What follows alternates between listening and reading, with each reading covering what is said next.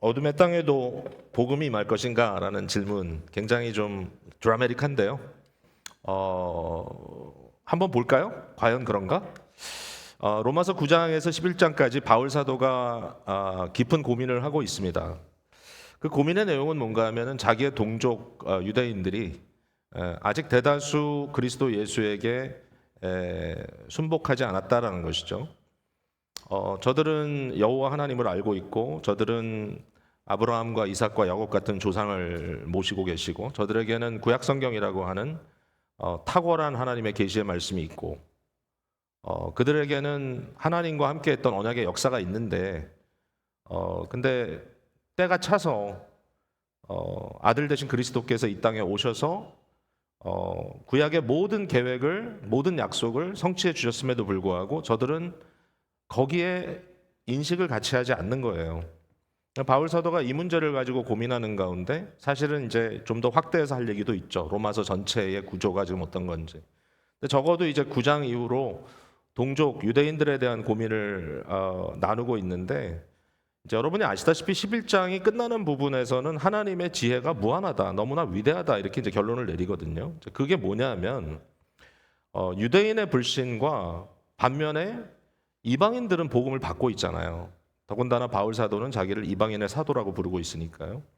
유대인의 불신과 이방인의 복음화에 어떤 관계가 있다라고 하는 것을 바울이 여기에서 언급하기 시작하는 겁니다. 되게 재밌는 거예요. 생각해 보면 볼수록 이건 좀 연구를 더 해봐야 될 얘기입니다. 어떤 역학적 관계가 있다. 유대인이 불신했기 때문에 어떤 결과가 나왔고, 그 다음에 이방인들이 복음을 들었기 때문에 유대인들에게 어떤 결과가 있을 것이다라고 이제 바울은 여기서 말을 하고 있는 겁니다. 11장 29절에 우리가 보았지만요. 29절인가요? 5절인가요? 제가 안경을 벗어야 보이니? 신비를 얘기하는데 그 신비가 뭐냐면은 이방인의 수가 들어오기까지, 이방인의 수가 다 채워지기까지 이스라엘의 덜어는 우둔하게 됐다, 이렇게 얘기하는 겁니다. 다시 말해서 유대인들이 예수 그리스도를 배격함으로, 그리스도의 교회를 배격함으로, 뭐 이걸 아주 구체적으로 얘기한다면 예루살렘에 수천이 모이는, 어떻게 보면 수만일 수도 있는 그런 기독교 공동체가 생겼지만 스데반의 순교 사건 이후로 엄청난 핍박이 일어나므로 성도들이 세계로 흩어지게 되고 그 흩어짐으로 말미암아서 헬라인들에게 복음이 전파된 것 아닙니까?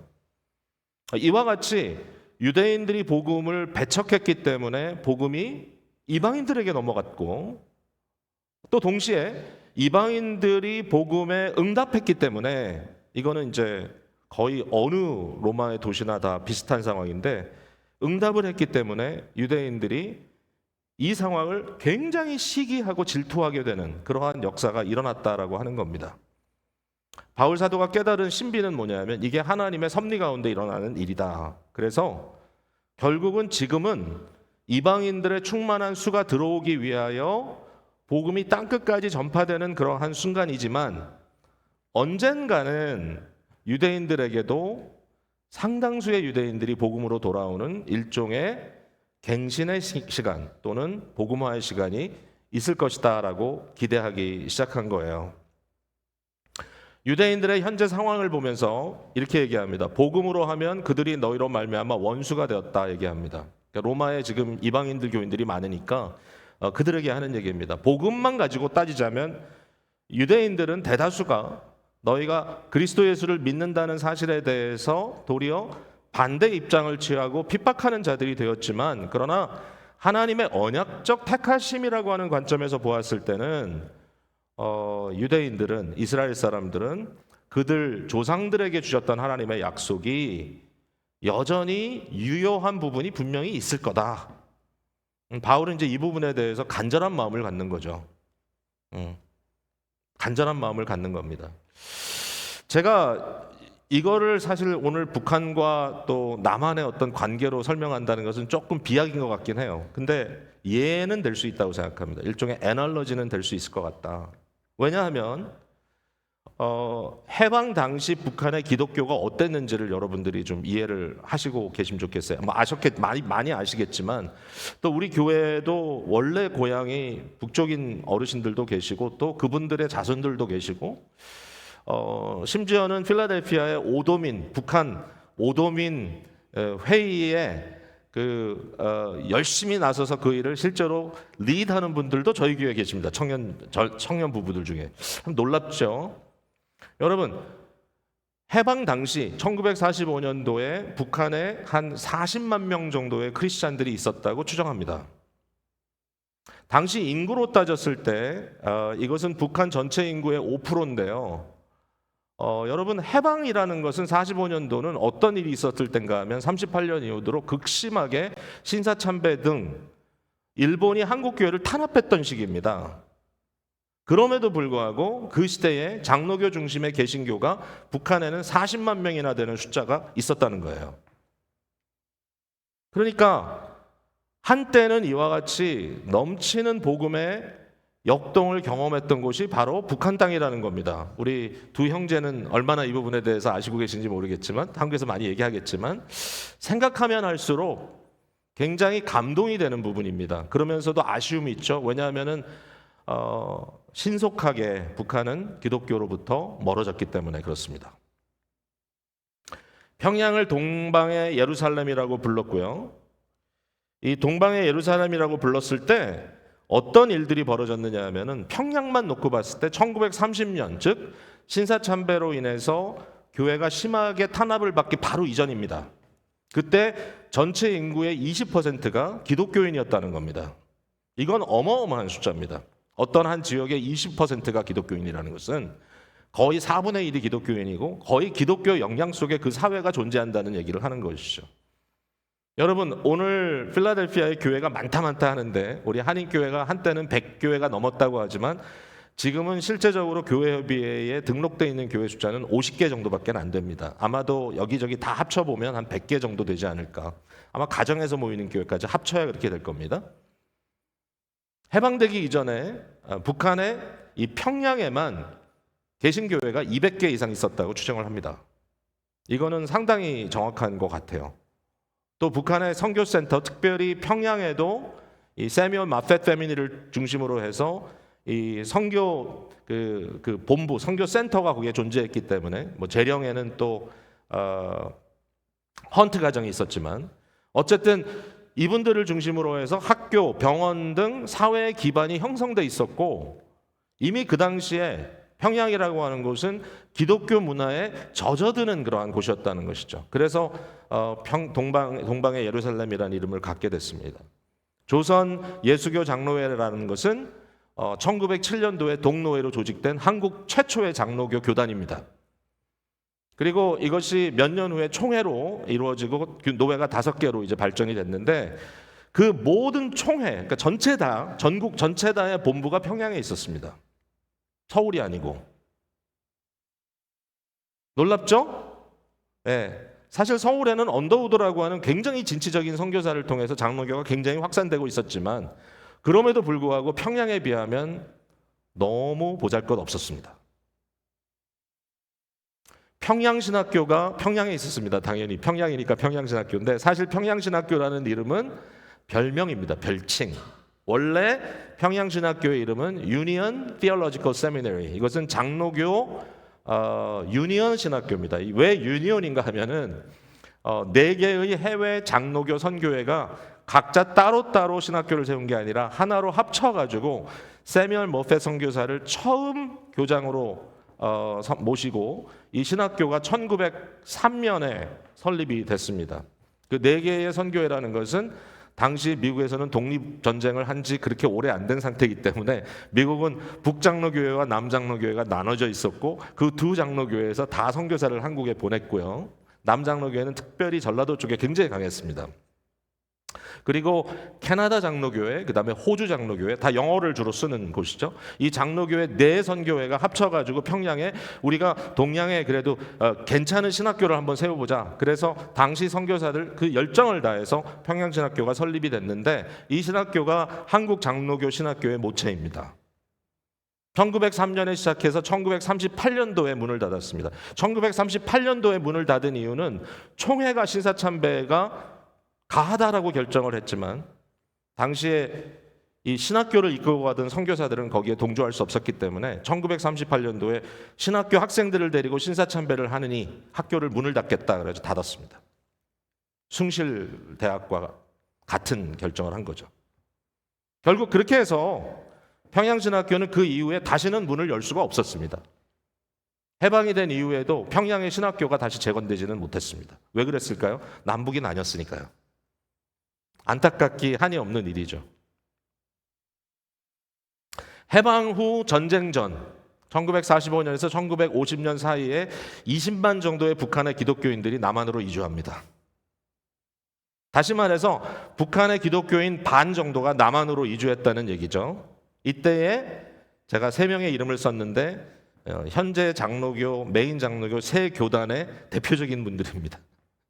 합동 측의 박형영 박사, 통합 측의 한경직 목사, 그리고 기장이라고 하는 기독교 장로의 김재준 박사, 다 예전에 뭐 대단한 분들이죠.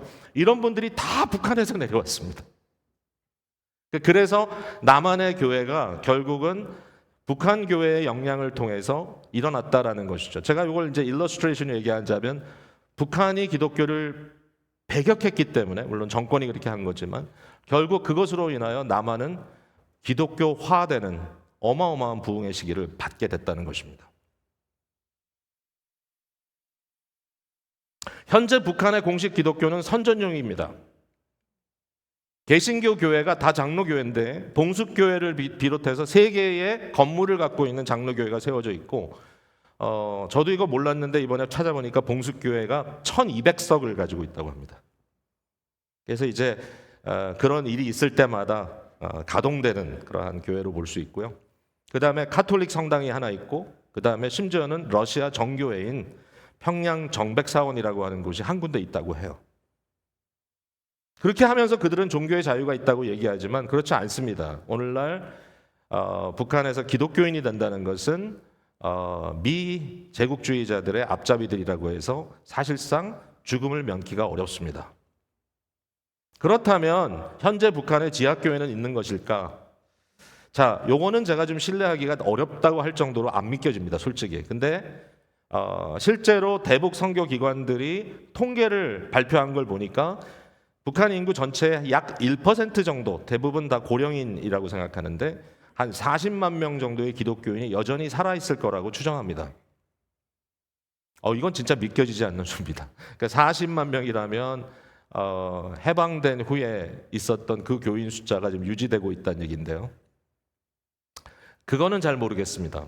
그랬다면 좋겠습니다. 그러나 정치범 수용소에 억류되어 있는 기독교인은 한 5만에서 7만 정도로 추정된다는 것은 어느 정도 신빙성이 있는 이야기 같습니다. 북한은 현재 세계에서 가장 기독교인이 핍박이 극심한, 가장 핍박을 받고 있는 현장이라고 말할 수 있을 것입니다. 탈북자가 한국에 와서 정착하는 경우는 어떻습니까? 현재 통일부가 2024년 기준으로 3만 4천 명의 탈북자들이 한국에서 살고 있다고 합니다. 이 중에 70%가 여성입니다. 대부분의 정착은 수도권에서 이루어지고 있고요. 서울, 인천, 경기도에 가장 많고 대구에도 꽤 있다고 얘기를 들었습니다. 탈북자들의 경우는 상당한 사람들이 기독교 영향을 받았어요. 탈북하는 과정에 그런 영향을 많이 받았겠지만 대부분 서베이를 해보면 70% 이상이 기독교와 접촉했다고 하고, 이 중에 3만 4천 수 중에 40%가 기독교 세례를 받았고, 그 중에 20%는 정기적으로 교회를 출석하고 있고, 그렇다면 현재 약 1만 명 정도의 기독교 신자가 탈북자들 중에 있다라고 결론을 내릴 수 있다라고 합니다. 자, 맺어야 되니까 제가 빨리 넘어가야 되는데, 저는 북한의 기독교가 쇠약해지는 결과로 남한의 기독교는 부해졌다고 생각합니다. 그러면 언젠가 모든 것을 평준화시키시는 하나님의 역사가 일어나지 않겠나? 남한의 기독교가 활발해지고 어떤 의미에서는 너무 배가 불러서 이제는 뭔지 몰라도 신앙에 대한 열정을 상실해가는 그런 시기가 되었다면 도리어 이 복음의 불길이 다시 한번 북한으로 옮겨 붙을 날이 오지 않겠나. 바울 사도가 그것을 꿈꿨습니다. 내 동족 유대인들에게 복음의 불길이 붙을 날이 언제일까? 왜 우리는 언약의 백성임에도 불구하고 예수 그리스도를 대적하고 있을까? 여기에 대해서 이런 말을 남깁니다. 엘리야의 부르짖음입니다. 주여, 그들이 선지자들을 죽였으며 주의 제단들을 헐어버렸고 나만 남았는데 내 목숨도 찼나이다. 아마도 북한에 기독교인이 있다면 이 말을 하고 있을 겁니다. 주여, 저들이 선지자들을 죽였으며 주의 교회들을 헐어버렸고 나만 남았는데 내 목숨도 찼나이다 했을 때 하나님께서 엘리야에게 주셨던 대답이 뭐냐? 바울이 질문하는 겁니다. 그 대답을 이렇게 하고 있습니다. 내가 나를 위하여 바알에게 무릎을 꿇지 아니한 사람 7,000명을 남겨두었다. 북한 수용소에 7만 명이 남아있다면 이것보다는 너무나 훨씬 더 위대한 숫자입니다. 이스라엘에 7,000명을 남겨두었기 때문에 결국은 다시 한번 야훼의 언약신앙이 부활되고 결국은 엘리야를 통하여 갈멜산에서 하나님의 불이 제단 위에 떨어졌다면 바울이 말하는 대로 그런즉 이와 같이 지금도 은혜로 택하심을 따라 남은 자가 있느니라라고 하는 이 말씀은 우리가 믿어봄직하지 않나. 저는 북한의 남은 자는 탈북 형제자매들, 북한의 남은 자는 지금도 신음하고 있지만 과거 그 옛날부터 이어온 믿음을 오늘까지 끝까지 이어오면서 구석구석에서 아직도 불 끄고 이불을 뒤집어 쓰고 하나님의 이름을 부르는 우리 할머니 할아버지들, 그리고 그 믿음을 전수받아서 또는 나만의 방송을 듣고 극동방송국 또는 대북방송들을 통해서 예수 그리스도의 복음이 믿어지고 하나님의 말씀이 진리로 깨달아져서 내 인생의 목적은 훨씬 더 고상한 데 있구나라고 확신하는 자들, 그분이 몇 명이 될지는 모르겠지만 분명히 남은 자가 있다라는 사실을 확인받고 싶은 거죠. 이것은 우리의 기대이고 또 믿음입니다. 지난 3월에 본향교회에서 저희가 게이트 에이시아를 위한 컨설테이션을 열었습니다.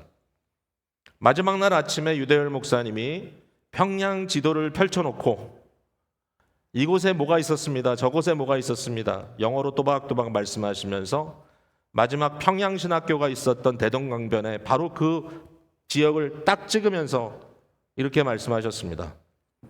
이 평양의 신학교가 재건되는 날을 꿈꾸며 우리는 앞을 향하여 갈 겁니다. 여러분, 게이트라고 하는 신학교는 너무나 미비하지만 그러나 우리의 깊은 마음의 뜻은 언제든지 미국에 뿌리를 내리고 있는 일정한 글로벌한 신학기관이 어떠한 방법이나 어떠한 상황을 통해서 북한이 문을 열었을 때 먼저 들어가는 것이 중요한 것이 아니라 가장 건강한 개혁주의 신앙을 가지고 차곡차곡 얼마나 긴 시간이 걸리든지 간에 평양에 다시 한번 신학교를 재건하고 그곳에 교회를 세울 수 있는, 이 이방인들을 인한 신학교, 이방인들에 인한 교회나 또는 선교사들에 인한 교회가 아니라 바로 북한 사람들에 의한, 북한 리더십에 의한, 북한의 컨텍츄얼라이즈된, 북한의 그 순진한 주민들의 마음을 오염시키지 않을 수 있는 귀한 주의 종들이 일어나서 저들에게 복음을 전하는 날이 오기를 바라는 것이고, 그 일을 위해서 저희 교회를 다녀간 23명의 청년 중에 몇 명이라도 복음의 기수가 되어서 다음 세대를 섬길 수 있다면 얼마나 행복할까라는 꿈을 꾸어보는 것입니다. 우리는 계속해서 이 일을 이루어가게 되기를 주님의 이름으로 다짐하고 또 서로를 축복해 보겠습니다.